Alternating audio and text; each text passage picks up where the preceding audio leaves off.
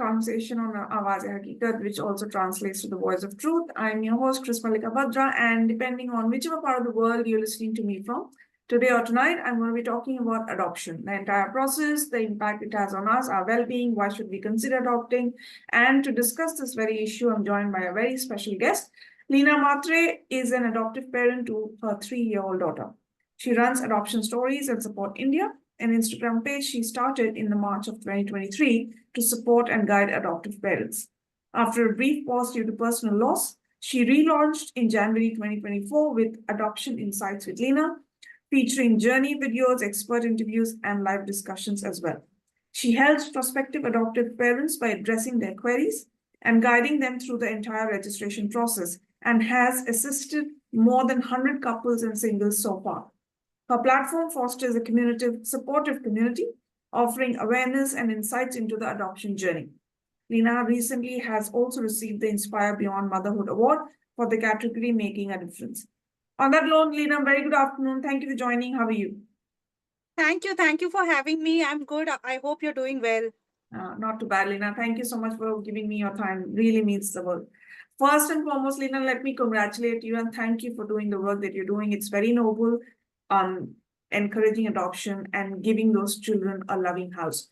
But the first thing that I want to know from you, Leena, is what are the key factors that motivate people to consider adoption? I think people are motivated to adopt for various reasons. Few are motivated for having a good, happy family, a complete family, a loving home with children. And for some, it is a first choice. Adoption is also first choice for many couples I've met. And few consider adoption after experiencing infertility or loss during their pregnancy journeys.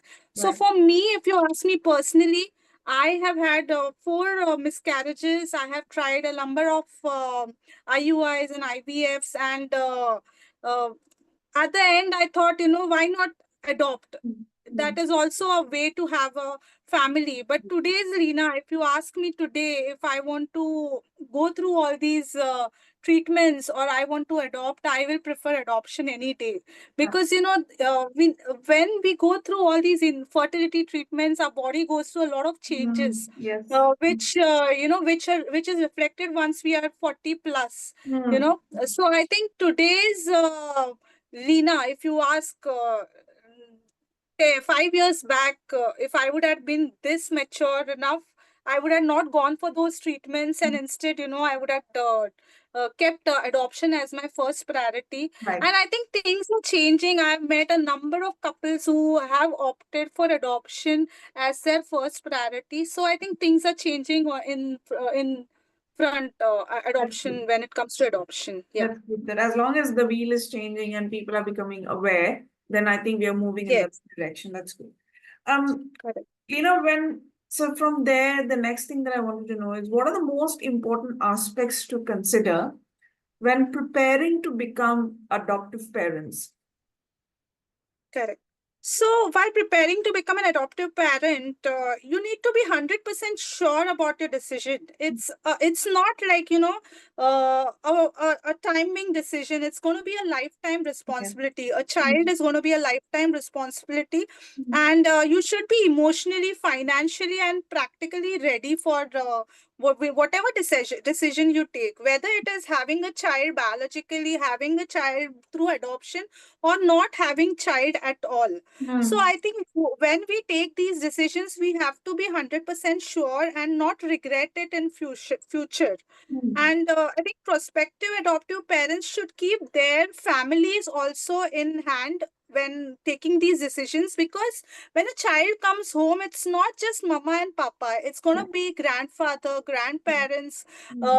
the cousins, the siblings or our siblings. So the child needs a complete family. It's not just going to be mama and papa. So I think when you take a decision, it's very important to have support from the extended families as well. It's not like taking a decision based on their decisions, Right. but it's good for a child to have an entire family and give them that experience of a complete family. So Hmm. yes, I think all these things are very important, and going for a pre-adoption counseling is also very important, I feel. Okay. I get a lot of questions related to that, wherein, you can go for a pre-adoption counseling to your nearest agency, and Mhm. the list is there with Kara. So, these things are very important to be 100% sure about your decision. Right, right. And I think the counseling that you mentioned helps you further in deciding whether or not you're ready to adopt a child, correct? Correct, correct. So, it's better to have a concrete decision than being in two minds. And once the baby comes, I have seen many couples regretting the decisions and, giving the baby back. And giving the baby back is not just your issue, it's the child is trusting you and coming to your family. Yeah. So, I think it's very important to take care of the child's mental health, Mhm. emotional health. When someone is putting a trust on you, it's better to be 100% sure about the decision. Absolutely. And we are talking about a young child, a young mind that Correct, correct, can get correct. traumatized if, Spending spending a lot of time in an institution, and then thinking that now we are getting a final house, Mhm. yeah, this is our permanent home, and then being returned from that home. Just think of the trauma that the child can have. So the first thing, whenever someone comes to me for adoption counseling, or adoption, whether we should adopt, what is the procedure, the first thing I tell them that be 100% sure, not 80, not 90, be 100% sure, because there is no reversing the Yeah, decision, because reversing the decision is not going to reverse the trauma that the child will go through. absolutely, absolutely, man. Totally agree. Um, you raised a point about the child's mental health, right?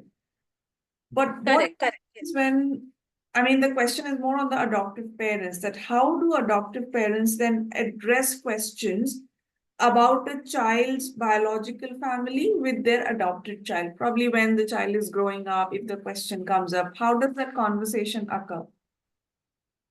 I think, see, in my case, I started telling my daughter as soon as she came home. She was 8 months old, but Mhm. we used to discuss. I don't know how much she understood, but there is a thing that, we don't tell a child that this is dudu, that this is milk. We tell them, right? I'm giving you milk, I'm giving you papa, I'm giving you chapati. They don't understand it. But with the sign, with the love, with the way you communicate, they understand what you're talking about. Yeah. And the next time you say milk, they understand you're talking about milk. So Hmm. my daughter came home at 8 months, and from day one, we started discussing, talking to her during night, night time, sleeping time, that how mama and papa came to take you from your previous house, and how Hmm. we waited for you, how we were happy when we received your photo. Like, we tell her that, God gave us a dream that, you are at this place, and this is where we have to come. Then we were so happy, we packed our bags. And so it's like, I never tell her as a story or fictional story, I tell her her own story. So Right. I think it's very important to tell the children from the start, whatever the age is, Hmm. whether they understand, whether they don't understand, it is there in their mind, it is registered in their memory. And as you grow, as you start discussing age appropriate as you start using age appropriate words. Now my daughter is 4 years old, and I have started using the word adoption. I have taken her to the place from where we got her, like, the agency. She met her caretakers, and it was a sight to, see. Like, she was so comfortable with them, it felt like she belonged, and she knows she has come from there. So, Hmm.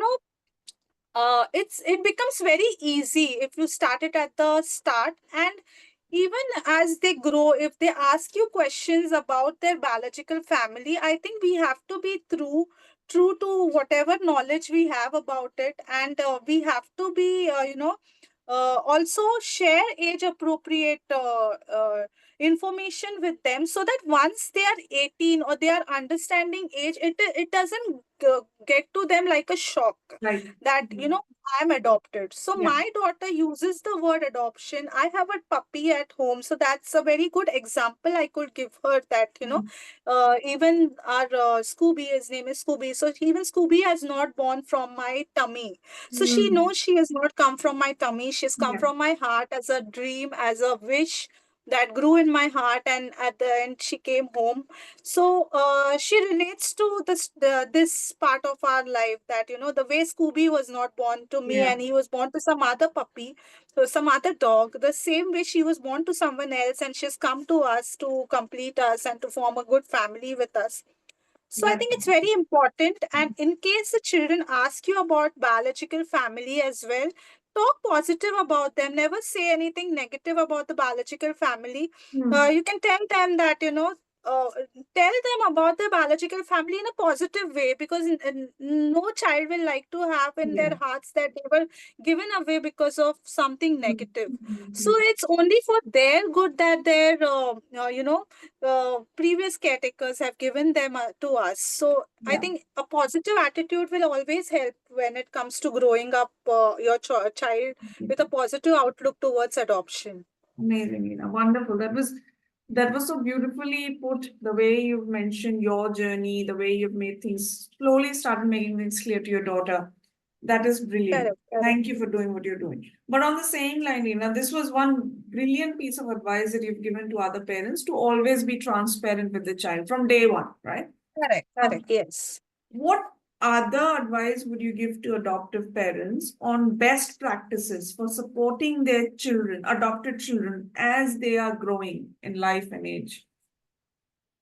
So I think the first advice, as I gave, is will be an open communication. We should Yeah. encourage honest, age-appropriate conversation about adoption. Mm. Normalize. Second is, you should normalize adoption. Adoption, the word should be a positive word in your household. It Mm. should not be something extraordinary. The way you speak about adoption is how the child is going to perceive. If you speak about it in a negative tone or in a hush hush tone, the child is going to take it as something that is, not normal. Yeah. But if you say, yeah, you're adopted, so that's normal. You're special, that's normal. Mm. So uh, um, try to make adoption as normal as it can be.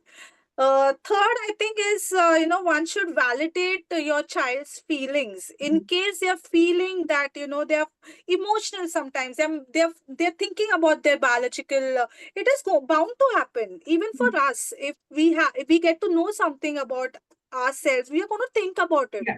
Yeah. What happened? What could have happened? Why did they leave us? Why did they leave us in an agency? What was the issue?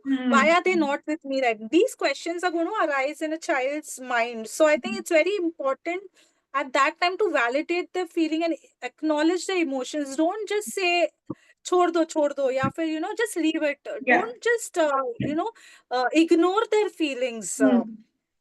Then I think adaptation, one should understand that, adoption journey evolves as the age goes on. There'll Mm. be a time when the child gets that someone says to your child that, you are adopted. If you keep a very positive attitude, then I think the child will herself or himself answer them that, yeah, I know what's the big deal. Yeah. Yeah. So you have to raise your child in a way that, at the end of the day, they should be like, okay, that's okay. I know it, and I'm proud of it that my parents are who Right. they are right now. So I'm happy being with them, and I'm having a happy life. So that is Mm. what is very important, that, kids are raised in a way that they feel positive about their journey and not feel something abnormal about themselves. Yeah. Correct. Correct.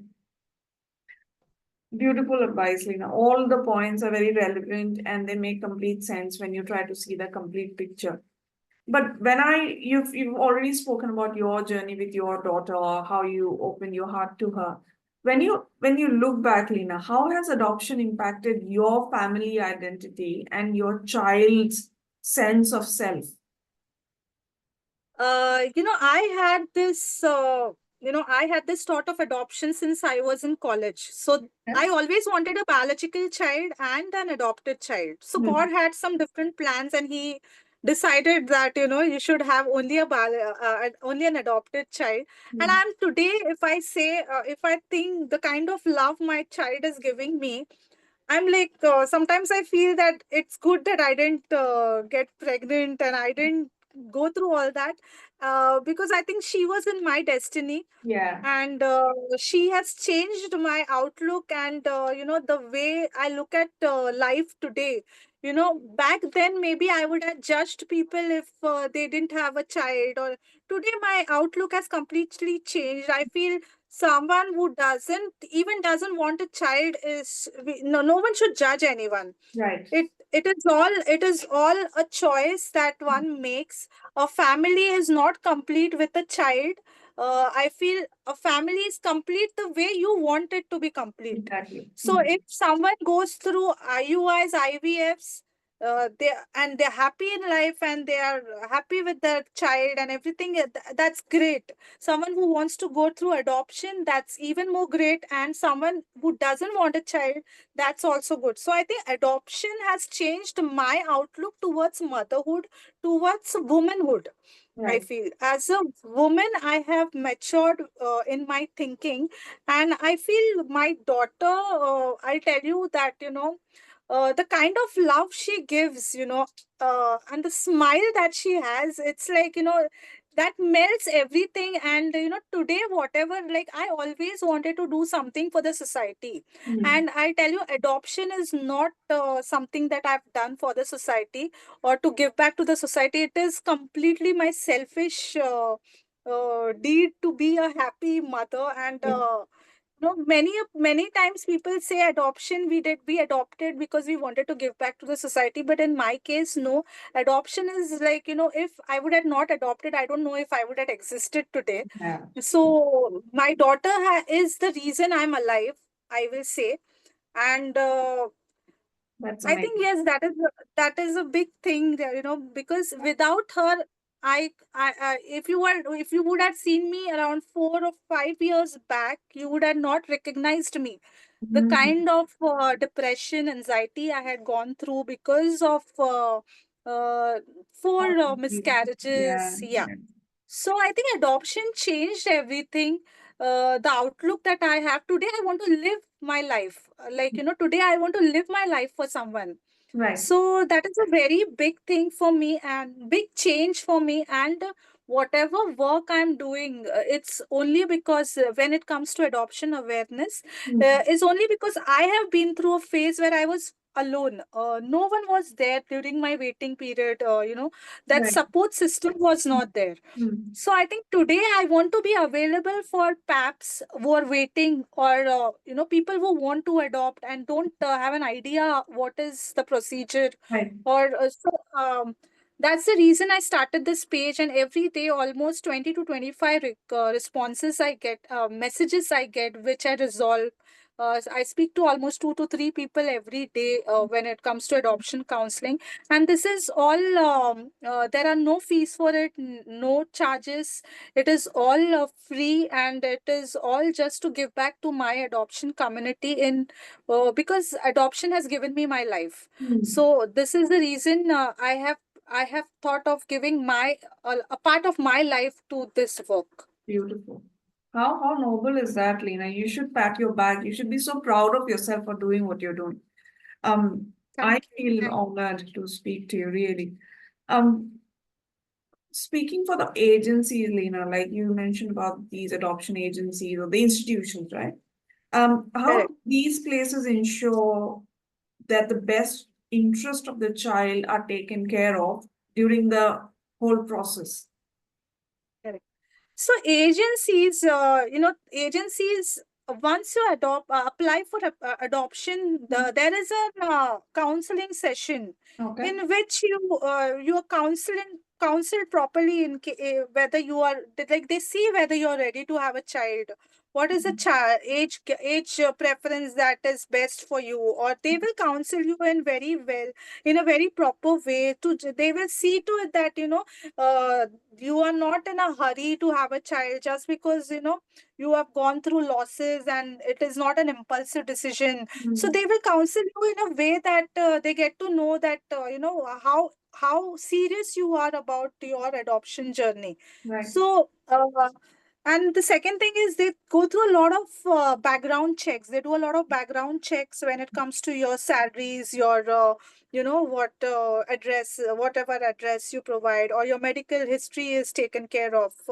A proper home study is done. They visit your house and check what kind of environment you can give to the child, whether good schools are there, whether you can take care of the child's medical, emotional, and financial needs. It is not like you should be rich or something like that.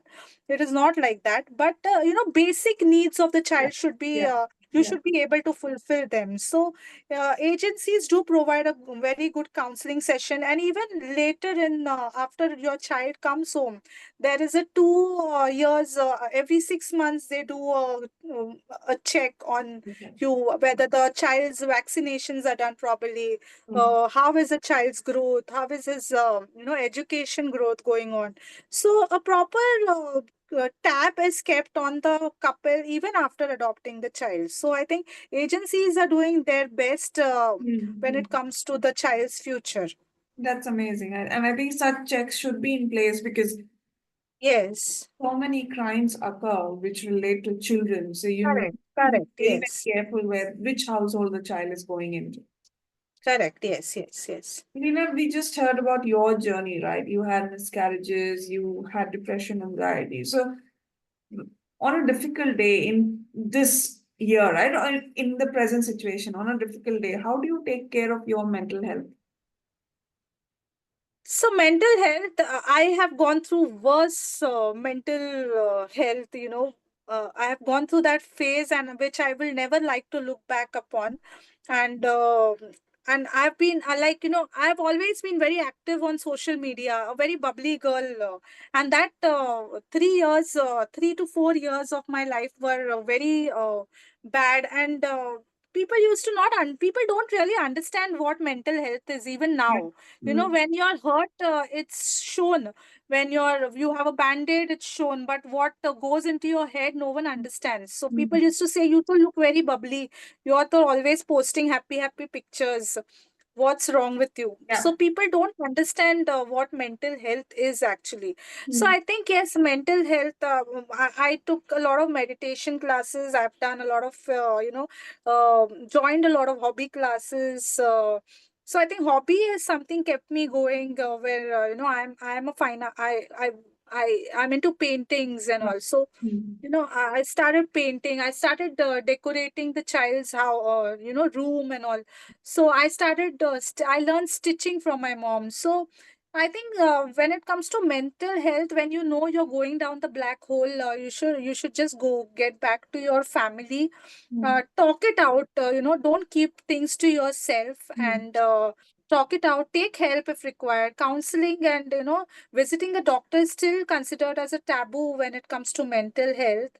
But I think it's very important. I have visited doctors. I have had counselings. My husband has been very supportive, Right. and he's the sole reason I could start this page. Talking openly about adoption even now is not that normal. You Yeah. know, Yeah. so my husband is someone who has motivated me a lot when it comes to starting this page, and he was like, you should help others who are going through similar phase like us. True. And women out there, I will like to tell them that men don't talk about what they are going through. Mm. So if you are in your waiting periods, or you are going through pregnancy losses or something, women, Mm. we speak, we do everything possible. Men don't do all Yeah. those things. So I think it's very important to keep a check on your husbands or your partners as well. Mm. And if you're single, it's very important. Talk to your family, talk to your parents, talk to your friends. Don't be alone, and you know, uh, keep yourself busy into some trekkings, or maybe taking some vacations. Enjoy the time with your Yeah. family. Just don't be alone when it comes to your mental, when you're not good on your mental health. Yeah. True. That's That's very, very true. And that's, how do I put it? Very relevant. and very needed because these days we still are not very open with mental health. No matter how hard we Correct. try to convince ourselves, we are not. So very, Correct. very brave of you to put this out there in the open. And please thank your partner from me as well for being a model partner. That is how we should be supportive to each other while walking that journey. One Correct. last question, Lina. Where can we find you or your page on social media? So I'm on Instagram. My page is Adoption Stories and Support India. So you all can see all the videos and whatever support is required for adoption of adoption related procedures, steps, or eligibility criterias, whatever. It's all there on my page. In case anyone needs any help or any counseling or support, you all can message me. It's all free of cost. There are no charges for counseling or help. I'm not a professional counselor, but whatever experience I have had, and how much ever I can help on the emotional health as well. I do speak to people. I speak to a lot of people, and it helps them. So I Yeah. think, yeah, I'm not a professional, but yes, I can help you out as much as I can. You know what, Lina, I firmly believe that experiences that you get from life are the best. Yes, Nobody can teach you correct, more than correct, what you learn in your life.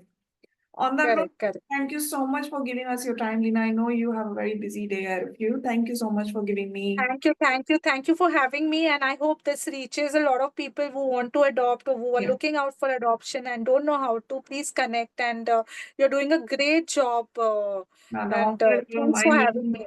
I could have your time. And to our listeners, if you've heard us for the first time, as Lina mentioned, that if you're considering adoption, if you want to think about what it all encompasses, and if you want to have a chat with Lina, please get in touch with me. I will connect you to her, or you've already heard where she's available on Instagram. Please feel free to reach out to her. And please help us remove the stigma. All this conversation is just for one purpose, to remove the stigma around adoption. It is okay to adopt. It is okay if you want to adopt a child. They need love as well. And if you've heard us for a while, I hope that you like the content that I put on the table. If you've got any thoughts, comments, or questions about this episode or any of the other episodes, please feel free to write to me at awaazehaqeeqat@gmail.com, or you can reach out to me on Instagram, YouTube, and Facebook. And again, wish you the very best in your journey. Give all my love to your daughter. Thank you, Lina. Thank you so much for joining. Thank you so much.